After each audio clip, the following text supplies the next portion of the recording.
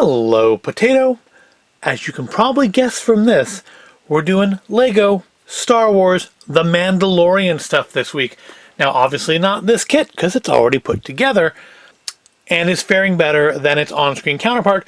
The same cannot be said for, unfortunately, our old friend, the Potato Wagon, which suffered an unfortunate accident recently and is basically totaled. Yep, it wasn't that well put together to begin with, and now it's a wreck.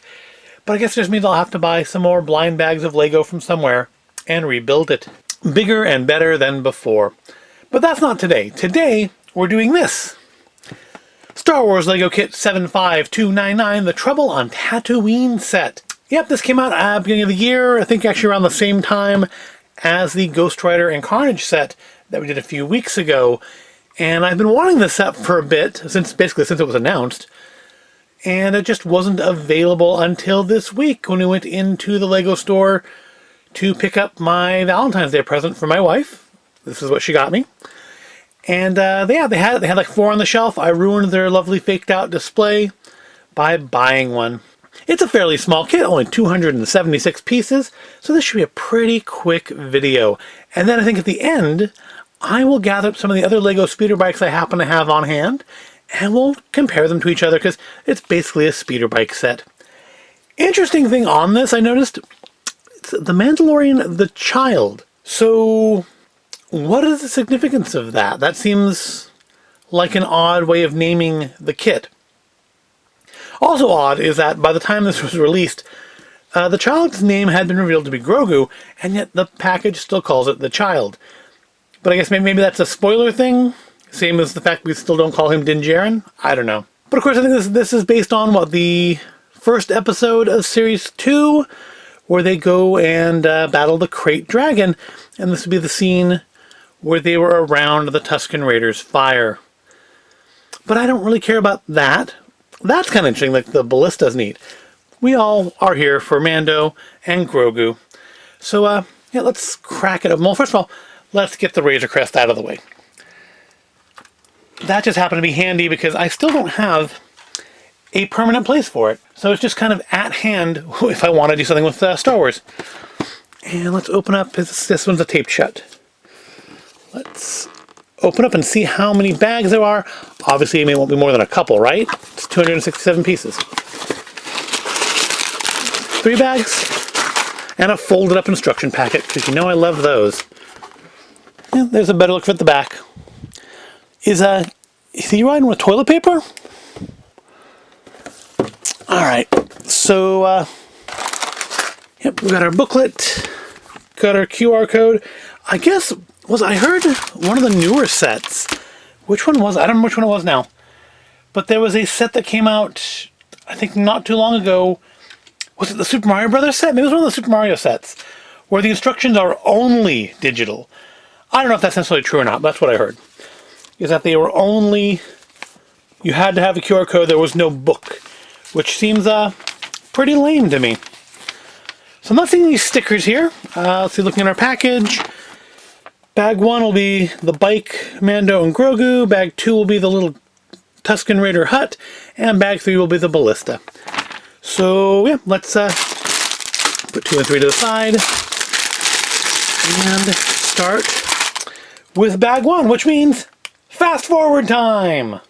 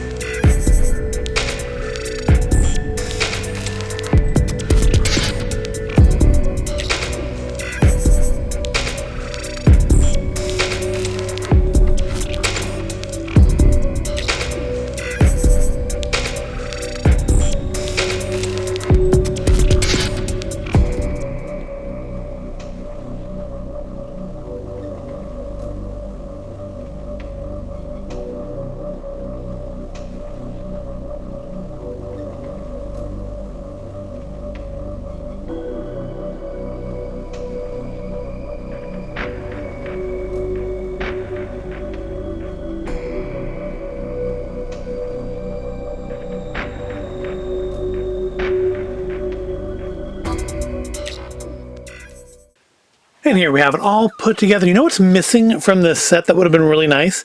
A Cobb Vanth figure.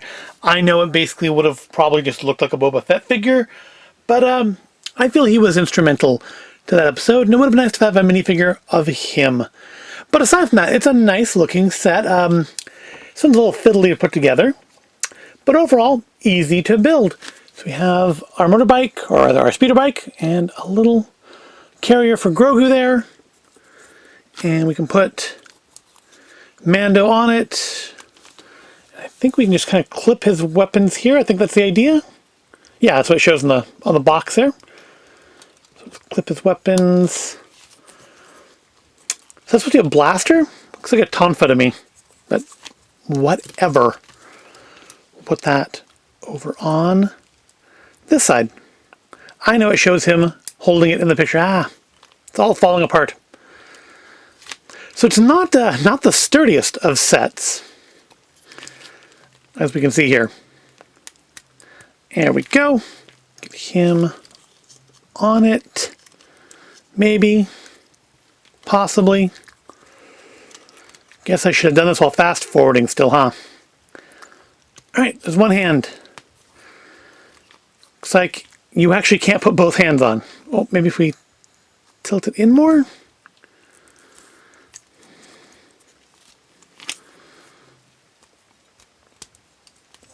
There we almost had it. And there we go.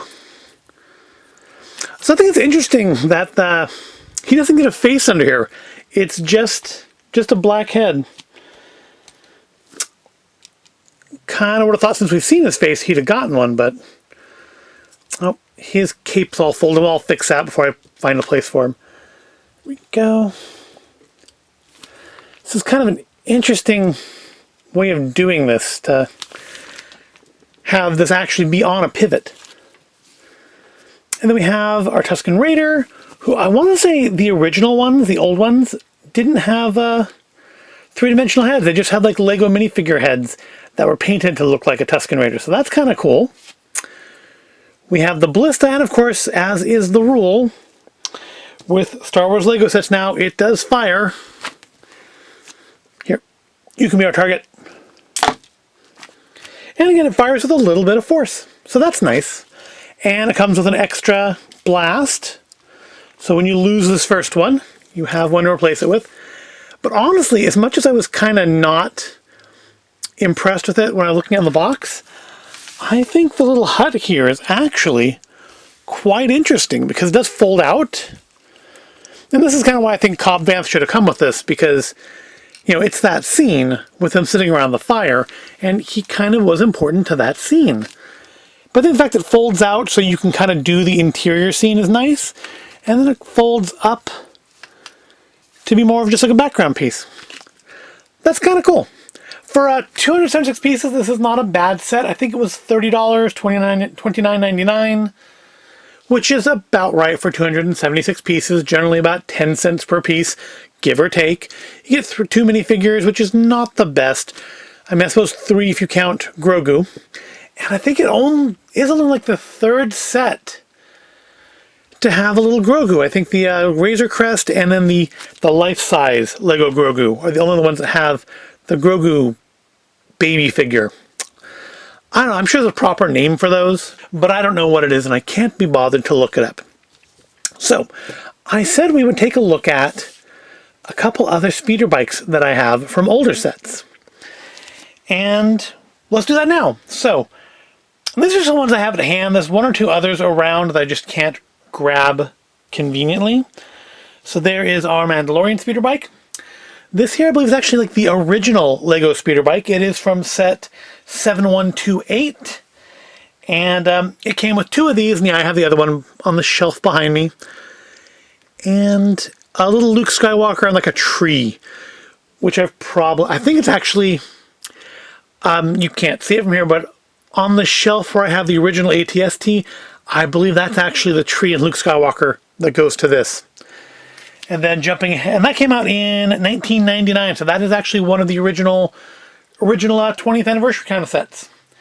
Then jumping ahead to 2002, we have This one from episode 2, Anakin Skywalker on his little speeder bike. And all the way up to 2017, we have, was this Forlom, I believe, on the speeder bike from the Bounty Hunter speeder bike battle pack. Because, of course, they can't just release character packs. They have to release them with some sort of buildable set because licensing agreements. It's weird that they can do just minifigures of straight Disney characters, but Star Wars and Marvel have to come with stuff. But yeah, the speeder bike has gone through many changes of this. Like I said, I have one more. I know I have one more like this, and it's from a set from probably about 10 years ago. That came with one speeder bike and like an Ewok and I think a tree. But that's up on a high shelf, and I'm not going to get it down for this.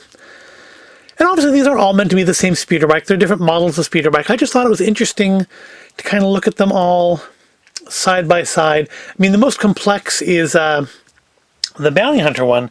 And honestly, I almost didn't grab it because I don't really consider that to be a speeder bike. But, I mean, it's actually in the name of the set, Speeder Bike Battle Pack. So, I mean, clearly Star Wars and Lego consider this to be a speeder bike. I mean, it's almost a ship, really. Certainly the better armed of any of them.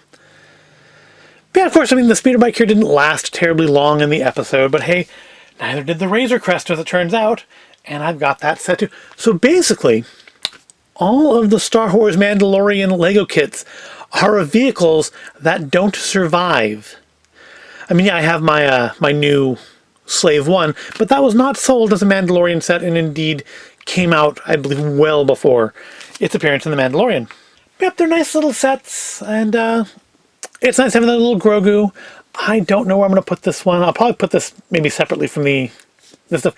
Also, it's interesting, I think, with this, that we have the weapon, because I want to say the original, if the original one that came with this set, because this did come with 2 Tusken Raiders, and I don't know where those minifigures are at the moment, but I don't think, if they came with any sort of weapon, it probably was just a plain stick, because 2003, I mean, you can tell it's an older set, because he's a yellow minifigure. And so 2002, they were still doing the yellow faces. They hadn't switched over to making them more looking like the characters with normal flesh tones. But I think the original ones, if they came with anything at all, probably just came with like a straight stick, or maybe the stick with just like this little ridge piece in it. I don't believe they came with anything like that. And I think really we didn't see much of this too much until The Mandalorian, when we actually saw Boba Fett wielding one quite effectively. That's going to do it. So yeah, I like the set. It's cute. I think we've got the little clear pieces on the bottom to kind of give it more of the hovering look. I think the ballista's actually really neatly designed, if a little fiddly to work with, just because the legs here are not super sturdy. But I think you do actually get the feeling like there could be a wire here pulling back the arms of the ballista, which is weird because I seem to remember it shooting energy weapons, so I'm not sure what it needs to pull back exactly. Maybe some sort of charging mechanism. But I mean, it does look quite nice, and it's obviously a ballista, so that's kind of cool. But yeah, I mean, you can see like, that could be the spool where it's wiring it, pulling the wire back. That was stupid. Luckily, it bounced off of something. And then here for cranking it, which again, I'm not quite sure. I'd have to watch the episode again, I think, to see, did they actually crank anything back, and did it shoot anything physical? Because I could swear it shot an energy bolt, and I'm not sure what you would need to wind back to shoot an energy bolt. This piece is honestly kind of the weakest part of it, is the actual firing mechanism, just because it's not particularly well disguised. A lot of the other kits that have these pieces in them have them hidden well enough you can't really see them. This one is just kind of front and center, but overall the presentation of that is nice. So I like everything on this set. I like the bike. I think it's some interesting choices in it. I think it's definitely suitably different from all the other speeder bikes that I have. I have a little speeder bike gang now. They can cruise the highways of the Empire looking for trouble. But I think that's going to wrap it up for this week. These aren't even on camera. I mean, what's the point of having them and then, you know, focusing on the box, not on the actual Lego? That was dumb. All right, but it's done now. And actually, so basically is this video. I hope you found this all interesting or entertaining. If you did, please give it a like and make sure you subscribe to the channel. And I will see you in the next video.